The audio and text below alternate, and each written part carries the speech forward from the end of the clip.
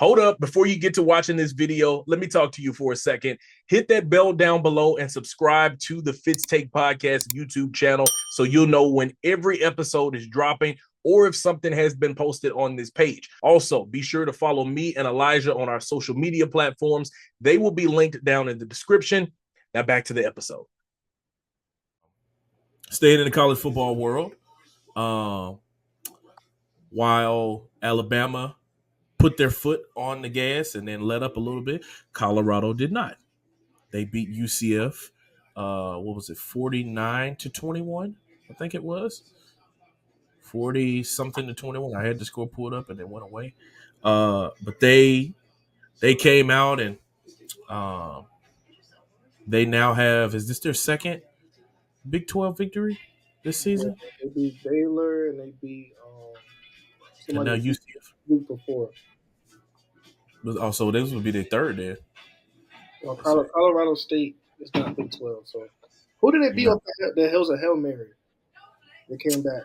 That was Baylor, and then they went into overtime and they beat them. So that was their Big 12 opener, I believe. Okay, so no, Nebraska's not a Big 12, huh? No, I think they're Big 10, I believe. So, dang, bro, this stuff don't want to load up. All right, Colorado played North Dakota State, Nebraska, Colorado State, Baylor, UCF. So they beat them 48-21. I remember 4. Yeah, I mean that is what you're supposed to do. In that game, Travis Hunter once again is making the case of why not only should, but why he probably will be, barring any injury, why he probably will be the Heisman Trophy winner. 9 catches, 89 yards, and a touchdown. He also had a crazy diving interception. Bro, when you look at the screen grabs of when the ball was released and then when the play was made, Travis was 8-9 yards away from it. And it was like a bubble or now screen or something like that. He came downhill and dove at the ball.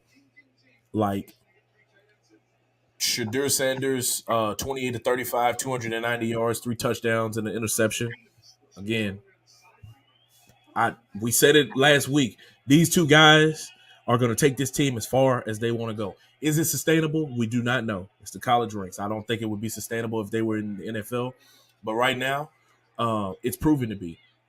They've beaten a Baylor team. They've beaten a UCF team. Next week, they got them boys. Man. Look here. Kansas State. I was watching a whiff of their game. Who was it that Kansas State was playing? Oklahoma State.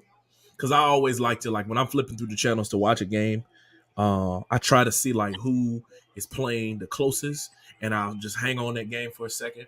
So I think I turned on Ole Miss and Kentucky first, and I think I had it on one TV, and then I had the Kansas State and Oklahoma State game on the other TV. And that boy Avery Johnson with that little blonde hair flipping under that helmet, hey, he be slinging that thing, boy. Hey, that boy, cold boy. Hey, so if you talking about the game that you got to figure it out, this that one. This that one. Colorado, like I said, picked up that victory. For you, Elijah, how much of this victory, now that you have your second one under your belt in the Big 12, how much of this is kind of boosting the confidence of Colorado for them to believe, last year we were in the Pac-12, we didn't do so hot, now we're here, and I think, have they already tied the number of wins that they had last season? They were 4-8 last year. 4-8 last year, so now you've already tied the number of wins that you had total last year. How much did that victory kind of set them up for success going down the line in the rest of the year? I think it set them up, a little bit. But I think that this week is more of their challenge against. After their bye week against Kansas State. But I think this sets them up. That's right. So I'm just saying that, hey, you know what? Let me just go ahead and we we got our winning mentality, our winning ways down. I know when the way we was talking about this offensive line and how they don't give Shador enough time. They look better these last couple of weeks, last 2 weeks. Travis Hunter is going to be Travis Hunter. Shador is going to be Shador when he has that time.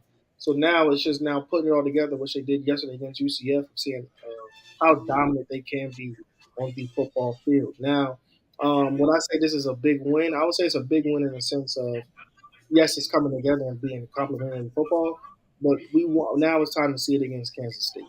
Kansas State is one of those teams that they're on the outside of this college football playoff. I know they're ranked 23, but they're on the brink of it. If they win out and match they get in, but if Colorado wants to solidify their name to be in that top tier ranking, they need to go talk to Kansas State.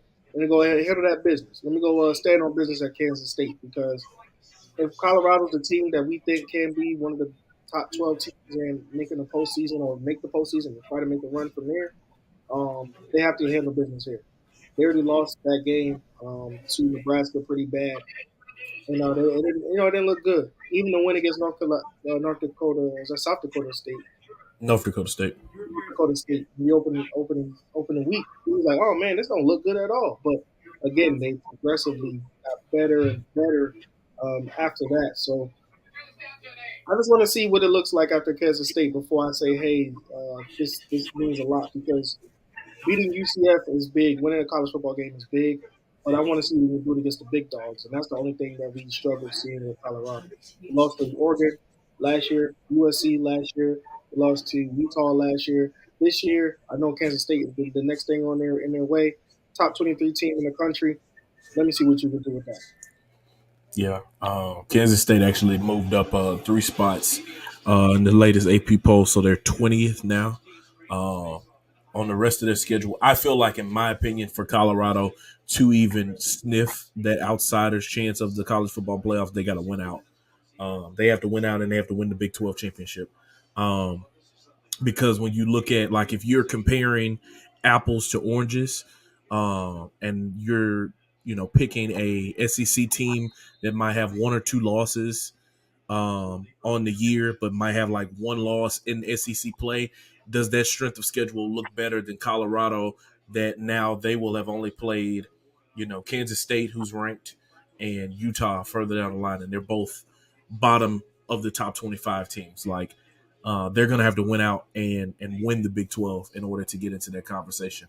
But yeah, I mean, I wouldn't say that this was a monumental win or anything. When you talk to Deion Sanders, Coach Prime, I think he expects his team to dominate in the way that they did, and that's what he intends to see when they get up big. That they're supposed to stay big.